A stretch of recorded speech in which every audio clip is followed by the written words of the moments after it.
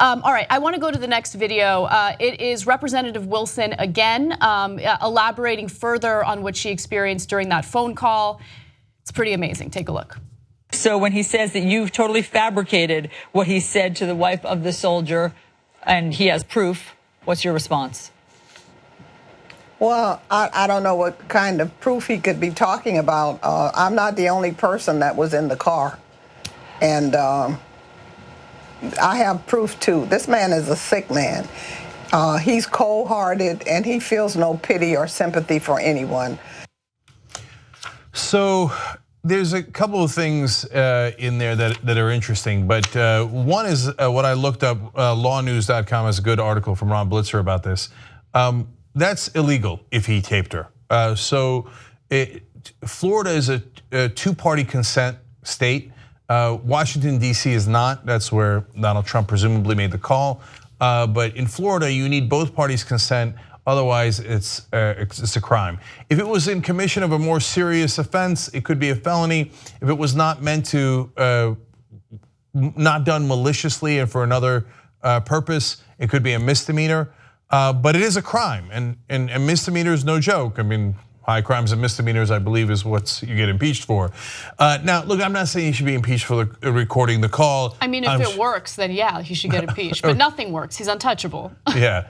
Well, trust me, he'll get touched at some point politically. So, but anyway, so it's a crime, and remember, this is the second time that he has talked about recordings that he has. And I think we have this tweet from Donald Trump. He said in the tweet, Democratic Congresswoman totally fabricated what I said to the wife of a soldier who died in action, and I have proof, and then sad. Hey, first of all, you jerk of jerks, we're still talking about a situation where one of our soldiers lost his life and you didn't handle the call properly with his widow, or at least that's an issue.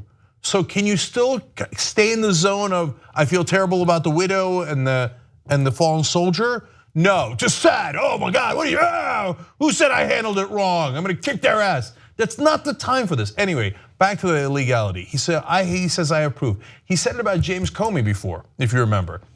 He better be careful what he says because I've got proof that he said otherwise. He's taping everything. He's Nixon. He's a total moron. He's Nixon but dumber. Because you know why? And again, at the time during the Comey tapes, I went back and researched this.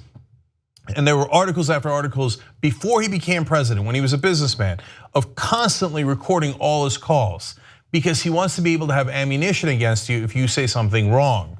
And he thinks because he's dumb, oh, that's okay, the tapes will never get out. Yeah, when you were a two-bit businessman slash carnival barker, the tapes weren't gonna get out and you could use it. When you're president of the United States, if you're recording calls, at some point, some prosecutor could get their hands on those, you moron. So for God's sake, Mueller, subpoena every call from the White House because he's got the tapes. Right.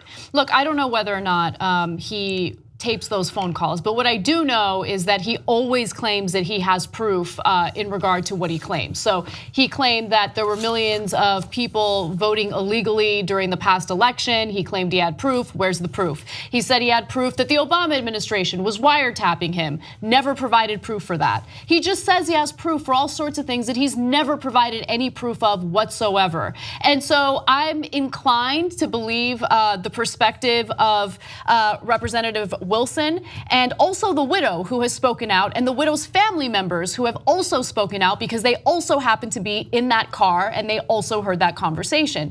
So Johnson's mother, Kawanda Jones Johnson, told the Washington Post, President Trump did disrespect my son and my daughter, and also me and my husband. So it is not the perspective of one person who happened to be in that car. It is the perspective of everyone who happened to be in that car. And it just shows, this utter lack of empathy and disrespect that he has for people in general, regardless of who they are or what they managed to sacrifice for the country. So when Sarah Huckabee Sanders was asked about it in a press conference, like, wait, what does he mean proof? Is there tapes in the White House? She's like, no, of course not. There were other people in the room. Yeah, that's it, including General John Kelly. Oh, for God's sake, you're gonna bring him back into this. General Kelly's gotta be like, what do I have to do to stop you from talking about me? Stop working for him. How about that? Step down. If you like the Young Turks, you'll love Young Turks membership. TYTnetwork.com/join.